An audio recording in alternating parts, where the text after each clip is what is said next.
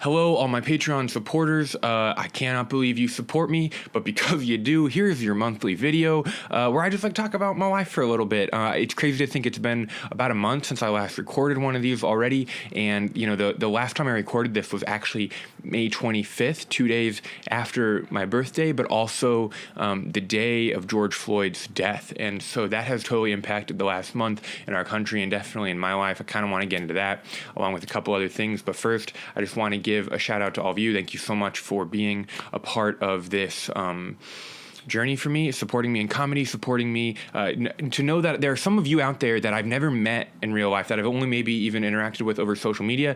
There's people that I have no idea who you even are. There's one person that supports me on here that just is called You Are a Bitch, and boy, does that make me feel great because you're giving me $9 a month. I don't know who you are, but thank you so much for giving me $9 a month. You are a bitch.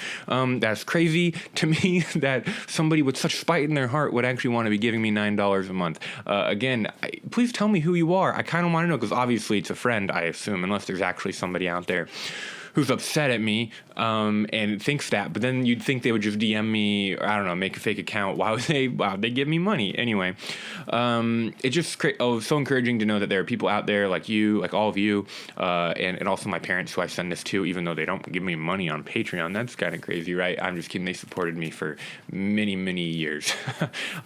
Literally paid for my entire life, because that's what you do when you raise kids. And so it's just crazy to think that all you people out there support me, support who I am. My hair is very wet. I just jumped out of the shower, and for the first time in a long time, I was psyched to make a video.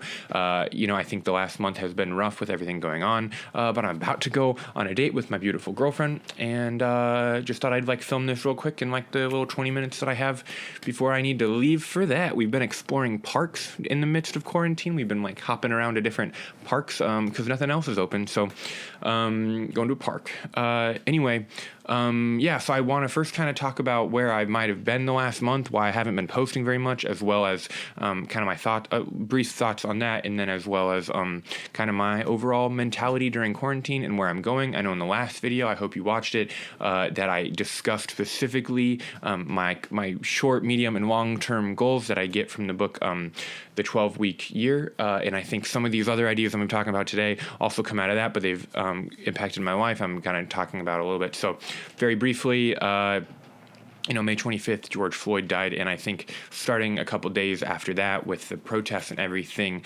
making frivolous videos like these, especially the ones for my YouTube and Instagram and Facebook, just felt just so frivolous in the face of all the urgency going on in the country. And I think that my desire to create these stupid little punny videos really plummeted, because it felt like there needs to be other things that I can be doing. I think that there is a healthy amount of that came into man, I really want to, support the movement of keeping these police officers accountable and whatnot within that movement. But then also I think there was an unhealthy portion of that where I fell very much into a trap within my mind of not being able to focus on anything else in a way that I know that you need to. All jobs are valuable, I think that in so many ways, there are so many things we all have to do. People who run manufacturing companies still need to manufacture, shipping, even film production, but then definitely jokes still need to go out there. The world still needs to laugh and have art and have beauty. Writers still need to explore new ideas. Engineers still need to design sewage. Shout out to my brother whose job is that. And roads and stuff, civil engineering.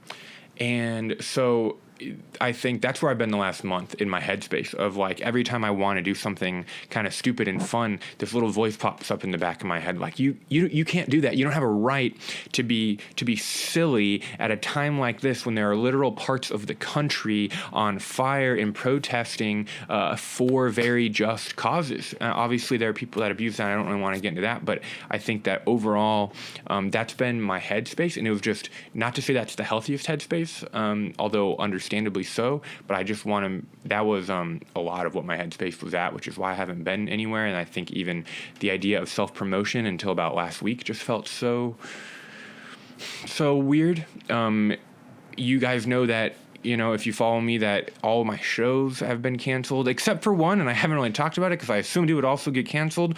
But starting the second week of March, pretty much all my shows got canceled. I had dozens and dozens of shows get canceled in Indiana and the Midwest, and definitely in Southern California. I was going to be doing my first feature set at a comedy club in San Diego. Not my first in San Diego, but first at this club in San Diego. And it was going to be this really big, fun, exciting idea in time and a really fun month. I was going to do some stuff in Tucson. Anyway, all that got canceled. The only thing that has not gotten canceled is one show in Harrisonburg, Virginia on July 25th at a brewery. I'll post about it, I guess, soon. Not that I assume any fans are going to be in that part of the country, because I don't think I know anybody. It's about 3 hours away from DC. So, anyway, that's still happening, and I just got word this week that is still, in fact, happening. So I will be doing that. I will be flying out there also because my brother lives in Virginia, and just getting to spend time with him and some of my family on top of that. So I'm just not counting the flight as a loss of finances, even though the payment for the show,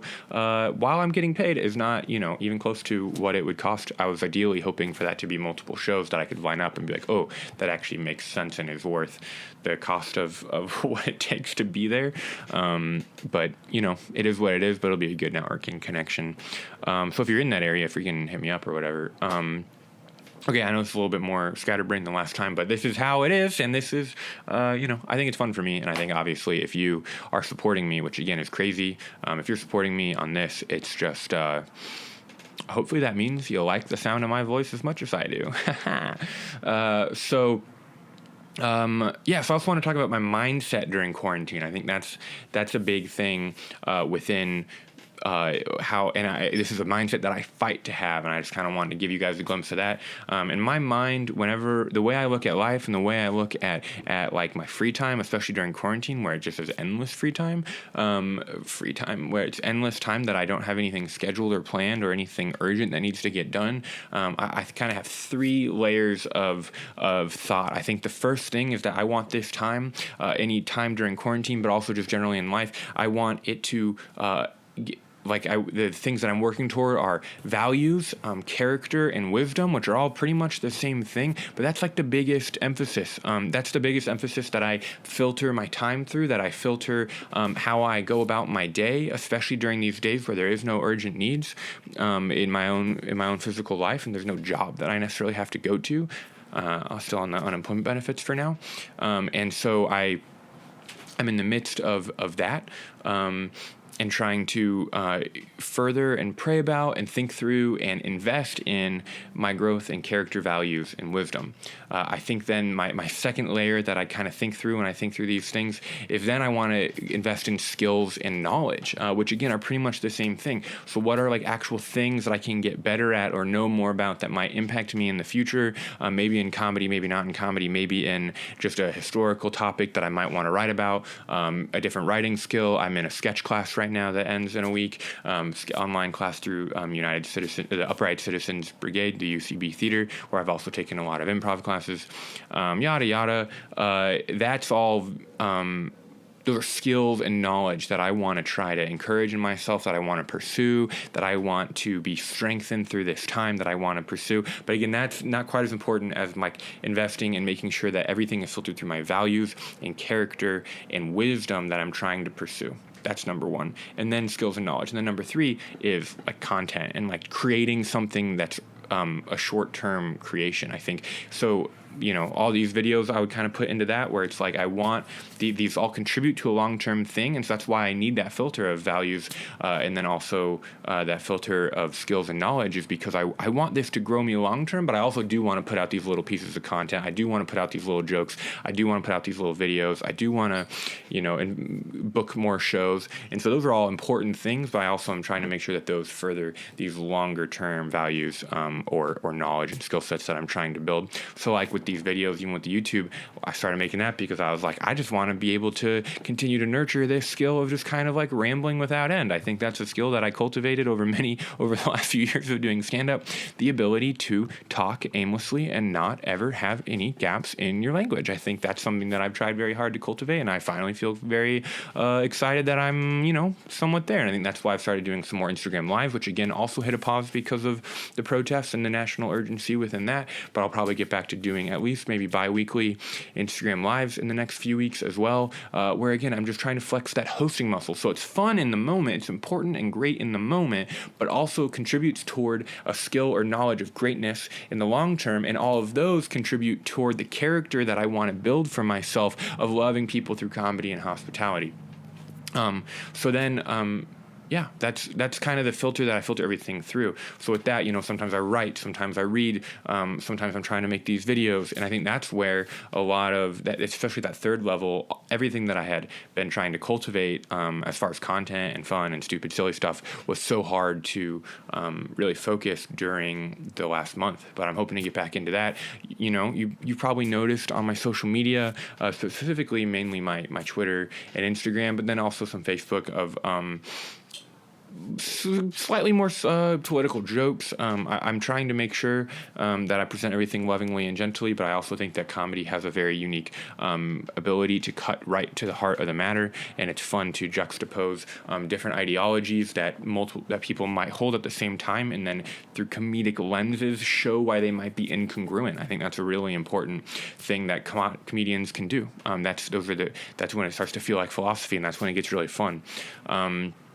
So that's my mindset toward quarantine, and I know that quarantine's probably going to be ending in the next few months, hopefully, and I want to get back into shows, obviously. I want to get back into looking at creating stupid sketches and videos. I want to make more Cranberry-related content, and I just want to reiterate that for all of you people out there that are supporting me financially on Patreon, that just goes such a long way toward obviously the financial benefit of that, but also to know that there are people, and some, again, I've never even met, which just freaking blows my mind, that want to give me money to further this goal because they understand and back the dream and the goal and the ability of people to be changed through artistic means, and the ability for society to be prophetic through these artistic means of looking to the future of how we can be better and how we can, become more unified as well. I've been reading a lot of Kurt Vonnegut lately, and he talks about how, in centuries, we're not going to be talking about the government. In centuries, we're not going to be talking about who's the general. In centuries, we're not even going to be talking about who's the CEO. In centuries, we're going to talk about who the artists were. We're going to talk about who the important artists were.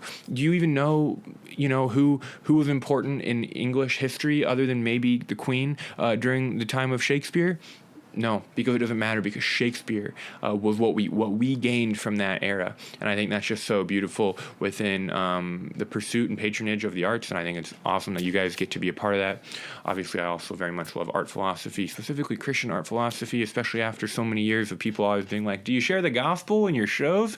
And boy, do I just want to tell you, and this is, maybe I'll just riff on this for a second, when people ask me as a Christian, do I share the gospel in my comedy? It's like, absolutely not. That's a terrible idea. Because if I'm being funny and sharing the gospel, being funny is the literal job, and sharing the gospel, that means I'm either making fun of the gospel and it becomes the butt of the joke, which as a Christian I don't want it to be. Easily want to make fun of Christian culture. It's ridiculous at times. Easily want to make fun of the American church, even want to make fun of evangelical culture, whatever you want to look at it. But I don't want to make fun of the actual gospel, and that's very different than sharing, evangelical ideals and making fun of those. And then second, of course, I'm not going to share the gospel in a way that isn't funny, because that's the job. You don't ask accountants if they're going to, share the gospel with their numbers. No, they're just doing the numbers, and they are Christians while they do it. Anyway, that's a thing I'm very passionate about, and so trying to work that in as well. Boy, this has been enjoyable. I know it's been like 14 minutes or whatever it is. You'll see on the final product, but thank you so much. Let me just quickly, I'm actually going to grab my phone and look at I just want to quickly give a shout out to everybody on Patreon who supports me, specifically at 25 or more. There's only a few, but it just blows my mind that people think that I'm more valuable than HBO Max. That's just crazy to me. So I'm just going to give you a quick shout out.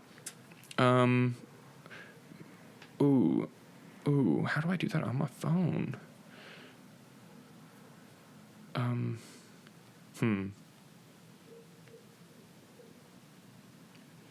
Again, you a bitch. Love it. Thank you so much. Sorry if you don't like the language, but this is only going out to you, so I feel very comfortable with you, my Patreon supporters. You love and know me, and you know that that I would never use that disparagingly. Gosh, how do I look at my patrons?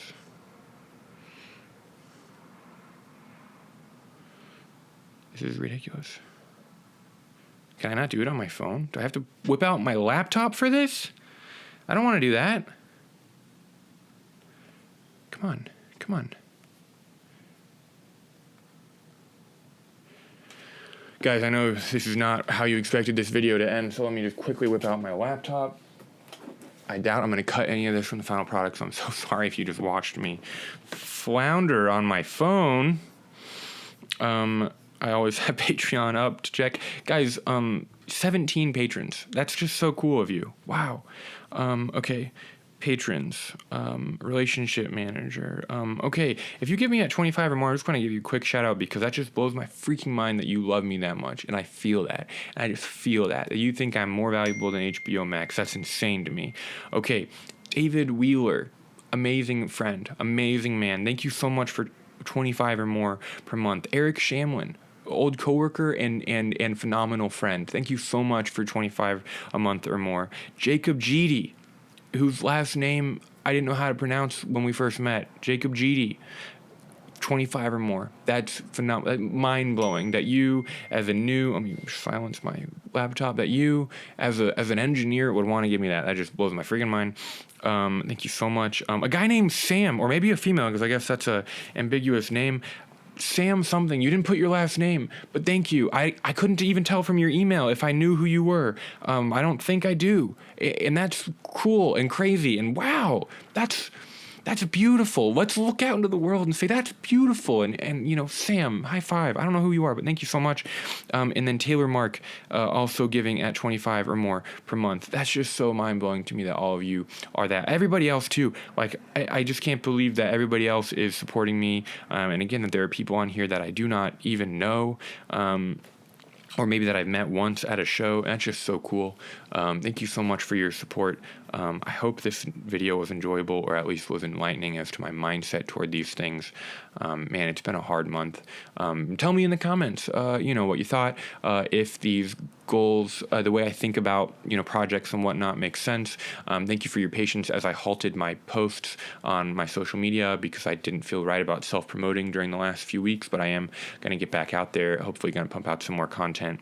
And thank you so much for watching. Thank you so much for supporting. Thank you so much for being friends, those of you who are friends. Thank you so much for being family, those who are family. And thank you for my there's no, I guess, technical term for it, but my brother-in-laws. That's cool, right? That's crazy. Like, what? We're like not technically family, but we kind of are. That's pretty dope. Okay. Anyway, have a wonderful day. Have a wonderful night whenever this drops for you, probably in a couple days. Your patronage means the world to me, and I cannot wait to thank you all when I win an Oscar, although, again, it will only be by name if you give at $50 or more, which there is one of you. So, thank you all. Goodbye.